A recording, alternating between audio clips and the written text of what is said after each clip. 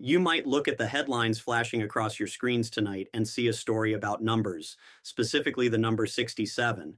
But I am here to tell you that this is not a story about math. It is a story about fear. It is a story about the kind of quiet, suffocating pressure that builds up in the back hallways of the Senate office buildings when the cameras are turned off and the staff have been sent home. For weeks, the conventional wisdom in Washington, the things that people say to each other at dinner parties and in the green rooms of cable news studios, was that this simply could not happen. They told you that the partisan divide was too calcified, that the loyalty to the former president was too absolute, and that the idea of 17 Republicans breaking ranks was a fantasy born of desperate opposition. But if you have spent enough time covering this beat, if you have spent enough time watching how these senators actually move and think when they believe their own political survival is on the line, you know that loyalty in this town is a fluid concept. Tonight, what we are seeing is the breaking of a dam that held for years, not because of a sudden moral awakening, but because the calculus of power has fundamentally shifted. I want to take you inside what actually happened over the last few hours, because the public announcement is just the final ceremony of a process that has been churning violently out of sight. When we talk about the Senate reaching 67 votes to convict, we are talking about the most difficult threshold in American politics. The founders designed it to be nearly impossible for a reason. They wanted to ensure that a president could not be removed by a simple partisan majority. They demanded a consensus so broad that it would require a significant portion of the president's own party to turn against him. And for the longest time, the strategy from the defense team was simple and frankly effective. They did not need to win an argument on the merits. They did not need to prove innocence. All they needed to do was hold the line at 34. If they could keep just 34 senators in the fold, they could weather any storm. That was the firewall. That was the safety net. But tonight, that net has been shredded, and I want to explain to you why that matters, not just for Donald Trump, but for the future of the presidency itself.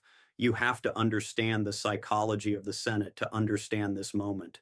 These are 100 people who view themselves as individual power centers. They are not easily hurt, but they are also deeply, intensely risk averse. The reason the whip count, that internal tally of who is voting which way, remained stagnant for so long was that no one wanted to be the first to jump. In political terms, there is safety in numbers, but there is death in isolation.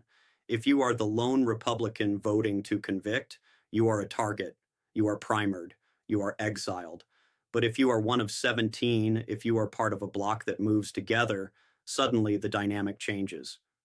The reporting coming out of the cloakrooms tonight suggests that this is exactly what happened. It was not a trickle of defections. It was a coordinated release. A group of senators, likely led by the institutionalists who have privately complained about the chaotic nature of the party's direction for years, decided that they could not wait any longer. They realized that if they did not move now, they would never move. And once that group committed, the stragglers, the ones who were sitting on the fence, wetting their fingers to see which way the wind was blowing, had no choice but to follow. This is the mechanic of the collapse. It is rarely a slow erosion. It is almost always a sudden structural failure. One moment the wall is standing and the next it is rubble. And for the viewer watching at home thinking about what this means for your vote or your trust in the system, it is crucial to recognize that this decision was likely not made on the floor of the Senate during a televised speech. It was made in private meetings, in encrypted text messages, and in hushed conversations in the elevators. The 67 votes are not just a tally. They represent a complete reconfiguration of the Republican Party's relationship with its most dominant figure. It means that the fear of the base, which has paralyzed the caucus for so long, was finally outweighed by a different kind of fear. Perhaps it was the fear of historical judgment. Perhaps it was the fear of the precedent being set. Or perhaps, and this is the most cynical but often the most accurate interpretation, it was the fear that the ship was sinking and it was time to find a lifeboat. When you look at the whip count that leaked tonight, you are seeing the result of weeks of intense, invisible lobbying. We often focus on the public testimony, the shouting matches in committees, the viral clips on social media, but the real work of conviction happens in the quiet counting. The majority leader and the minority leader have been playing a high-stakes game of poker. The defense team was betting everything on the idea that the party discipline would hold. They were making calls, threatening primary challenges, promising support, using every lever of influence they had to keep that number below 67. And for a while, it looked like it was working. But there is a tipping point in every political scandal where the weight of the evidence or the exhaustion of the defenders becomes too much to bear. What we are hearing is that the defense team simply ran out of leverage. They went to the well one too many times. You might be asking yourself how this happened so quickly. How did we go from a stalemate to a conviction threshold in the span of a single evening?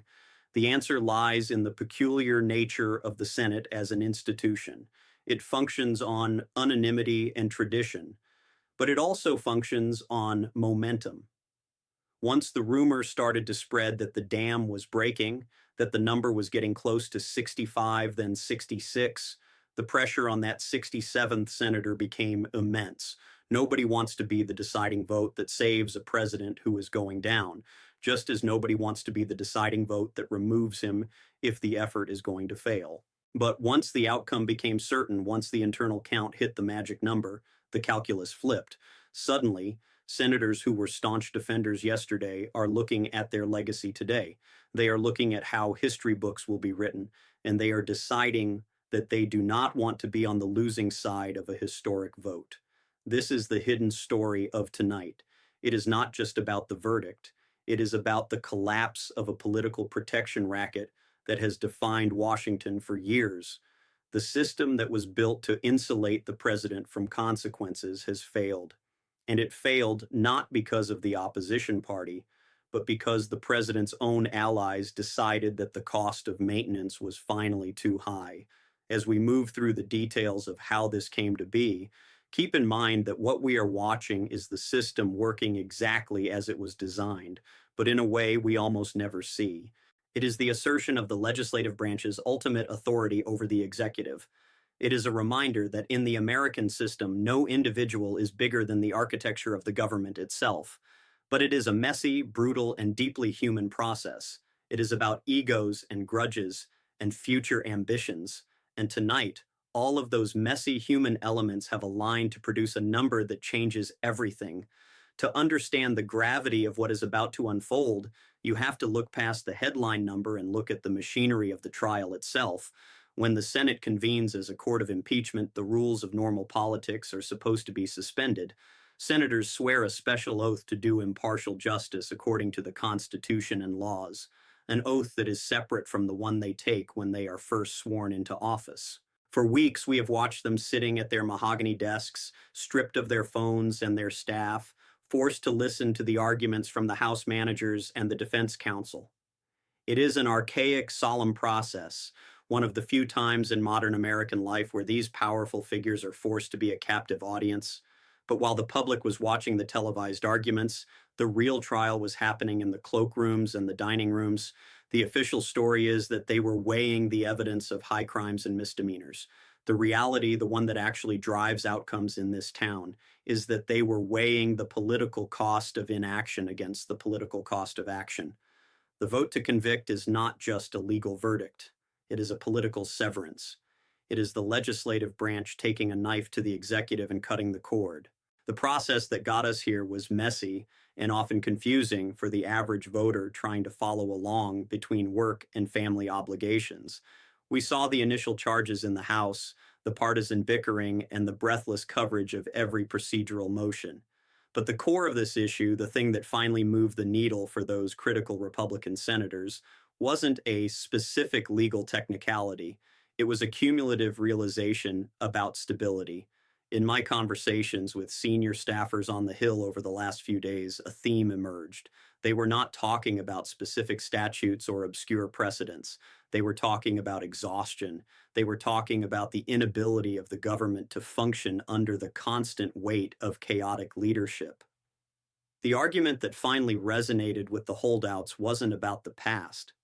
It was about the future. It was the argument that the country simply could not afford another cycle of this specific brand of disruption. That is a hard thing for a politician to say in public, especially when their base is fired up. But in private, it is a powerful motivator. You might be wondering why the number 67 specifically matters so much. Why not just a majority? Why did the founders make this so difficult? They set the bar this high because they wanted to ensure that a removal from office would never be a partisan hit job. They wanted to make sure that if a president was removed, it was because the country, through its representatives, had reached a broad, undeniable consensus that he was unfit to serve. Achieving a two-thirds vote means that the verdict is bipartisan by definition.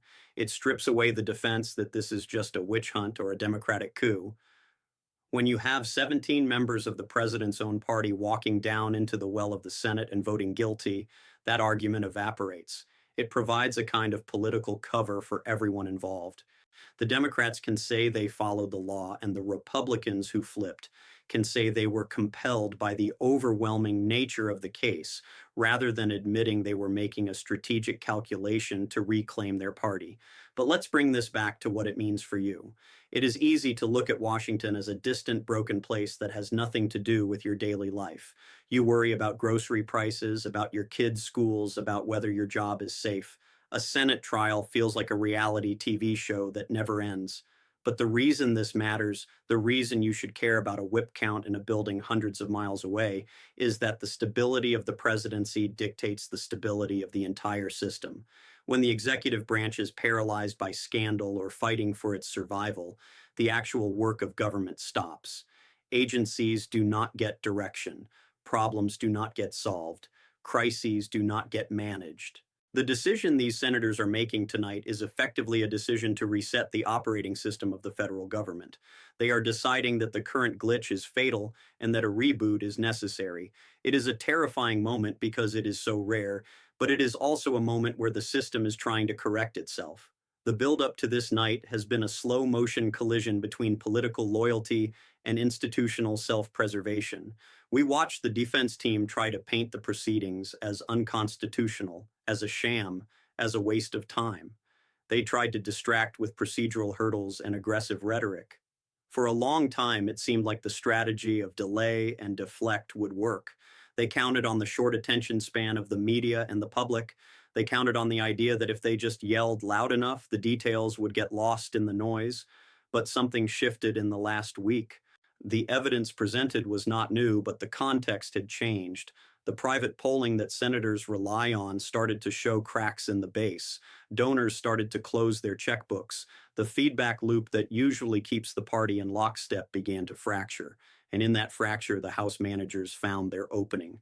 They stopped trying to shame the Republicans and started giving them an off-ramp. They started framing the vote not as a betrayal of the president, but as a rescue mission for the party and the country. That was the pivotal strategic shift. They gave the wavering senators permission to jump. So how did that permission structure actually work in practice? It was not a single speech that changed minds.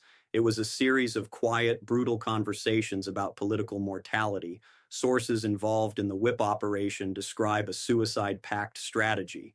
It is a grim term, but it is the only way to describe the mechanics of a mutiny in the Senate. The moderate Republicans who wanted to convict knew they could not survive if they trickled out one by one. They would be picked off by primary challengers and right-wing media, so they formed a bloc. They effectively told leadership, "I will give you my vote, but only if you can guarantee you have 16 others standing right next to me." It became a game of chicken with their own consciences. They needed safety in numbers. And for the first time in this entire saga, they actually found it. This is where the role of the Senate leadership becomes critical. And it is the part of the story that is often hardest to see from the outside. The leaders act as the clearinghouse for this information. They are the only ones who know the full count. For the last 48 hours, the minority leader's office has effectively been a confessional. Senators were walking in, closing the door, and asking the same question. Is it real? Do we actually have the numbers? They did not want to cast a protest vote. They did not want to make a symbolic gesture that would ruin their careers for nothing. They wanted to know that if they pulled the trigger, the target would actually fall. Once the leadership could look them in the eye and confirm that the threshold had been met, that the 67 votes were locked in, the hesitation vanished. The fear of being a traitor was replaced by the fear of being left behind on a sinking ship. You have to appreciate the specific arguments that were being traded in those rooms. It was not about high-minded constitutional theory. It was about the cold, hard reality of the election calendar. The argument that finally cut through the noise was about the future of the party's ability to win general elections. The quiet consensus building among the donor class and the political strategists was that the former president had become an electoral albatross. They argued that while the base loves him, the suburbs have abandoned him, and without the suburbs, the party is doomed to a permanent minority status. This is the rip the band-aid off argument. It suggests that a conviction, while painful and chaotic in the short term, is the only way to clear the field for a new generation of leaders. It is a ruthless calculation, treating a presidency like a bad investment that needs to be written off. But it is the kind of calculation that resonates with people who have spent their lives trying to acquire and hold power. Let us talk about the mechanics of the vote itself, because this is where the drama will play out on your screen. The Senate rules are rigid.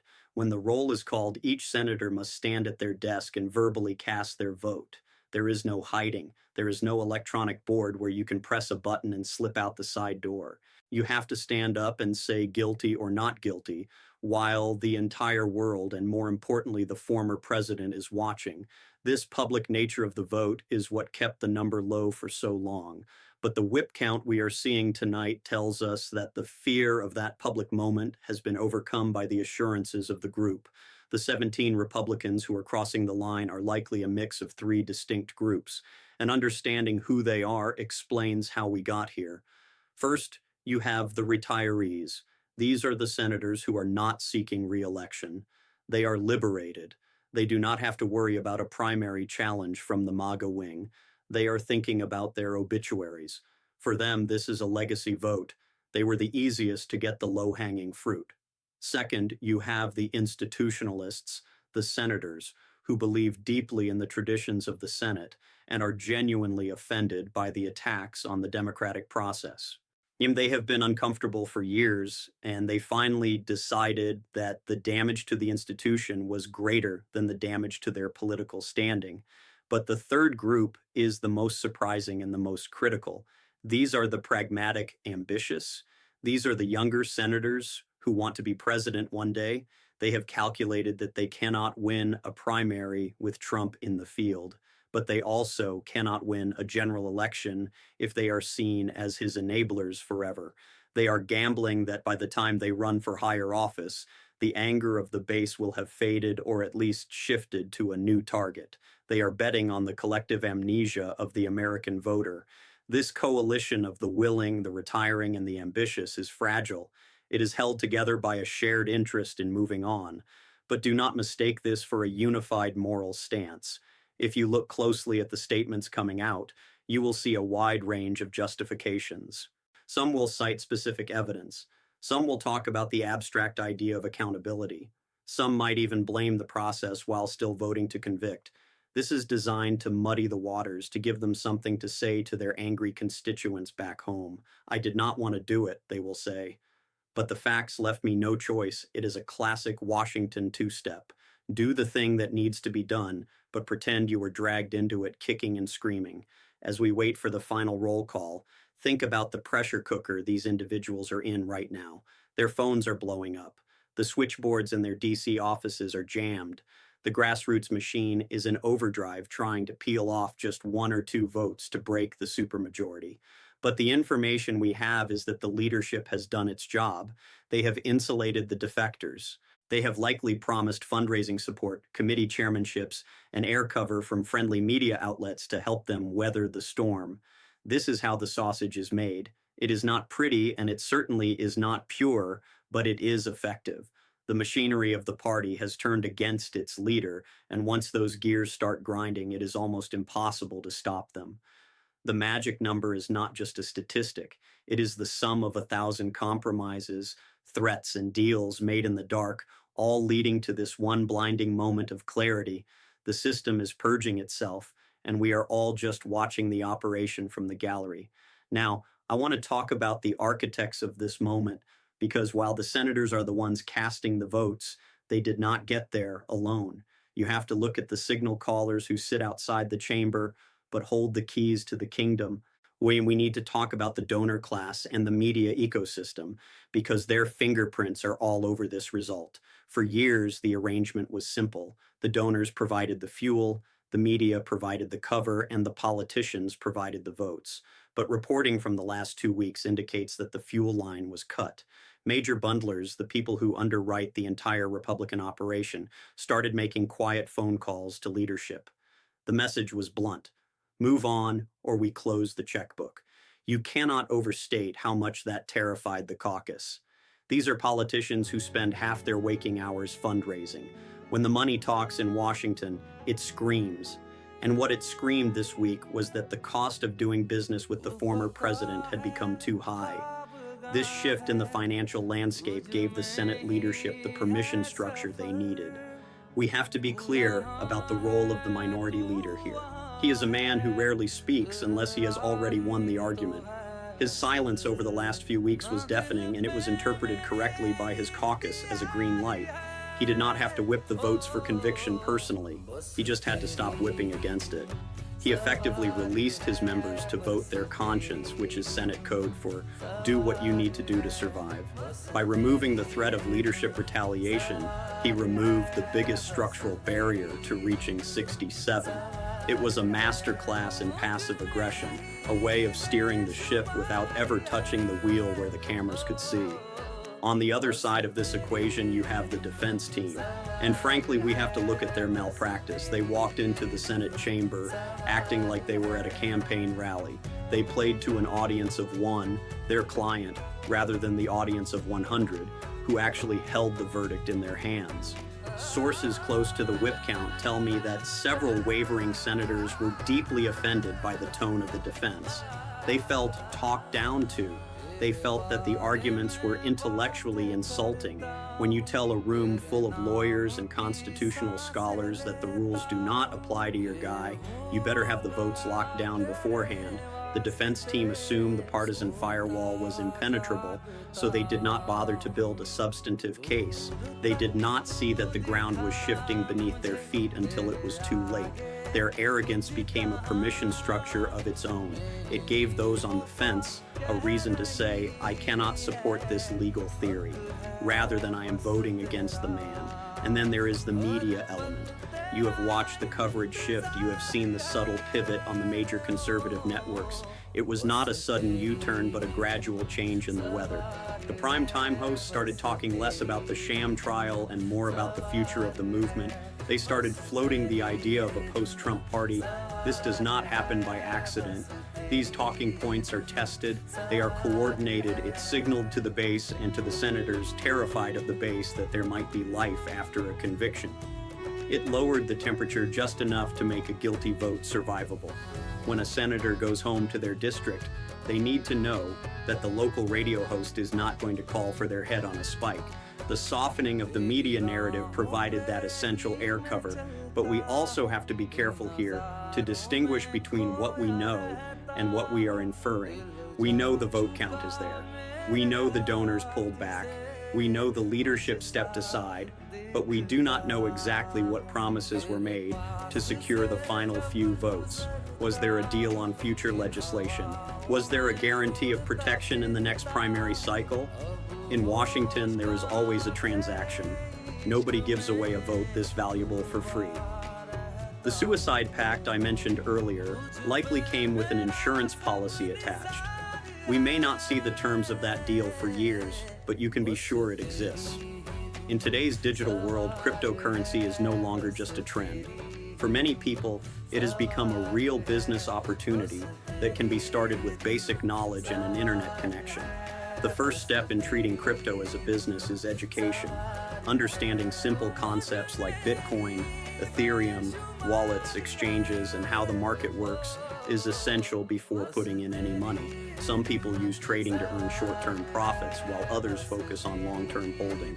And there are also options like staking and passive income where crypto can grow over time without constant buying and selling. What makes crypto attractive is flexibility.